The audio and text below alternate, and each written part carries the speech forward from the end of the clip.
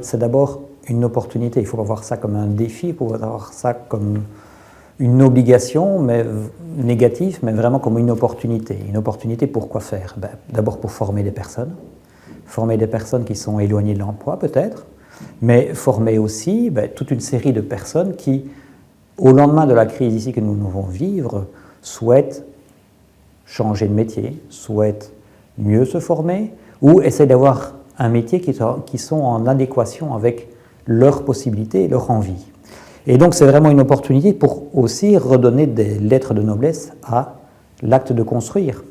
On va ici, et de plus en plus si on utilise les écomatériaux, si on utilise l'éco-construction, on va arriver à former des artisans, c'est-à-dire des personnes qui ont à la fois l'art de pouvoir maîtriser les écomatériaux, l'art de pouvoir maîtriser l'acte de construire, mais aussi des personnes qui sont à même de réfléchir.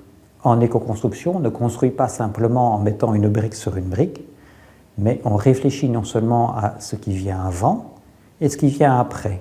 Et on réfléchit aussi à son acte de construire.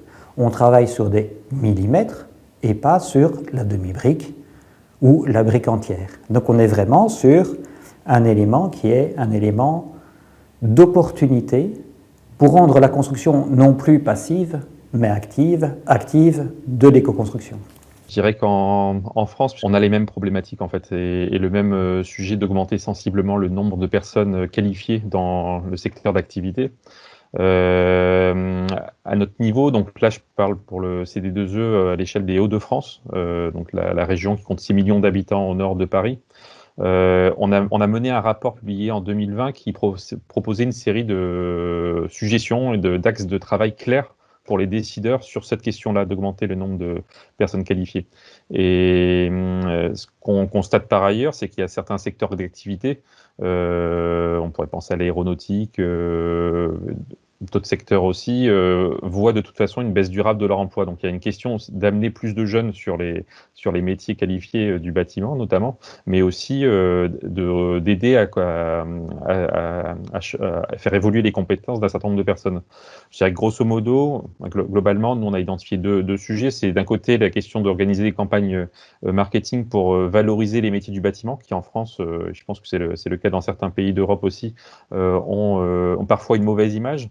Et donc, il y a la question des campagnes marketing larges. Et puis ensuite, il y a aussi, et ça on l'a bien identifié, le besoin d'accompagner plus finement tout l'écosystème des acteurs qui travaillent dans l'emploi, sur l'accompagnement économique, auprès des demandeurs d'emploi, avec les entreprises, bref, tout l'ensemble d'acteurs qui est différent suivant les pays, mais qui est important de bien former, bien accompagner, parce que ce sont eux qui seront en première ligne pour aider à monter en charge les personnes sur ces nouveaux métiers.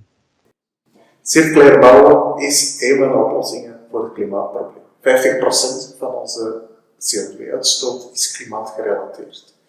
Circulair bouwen biedt een aantal kansen, maar vraagt ook extra competenties.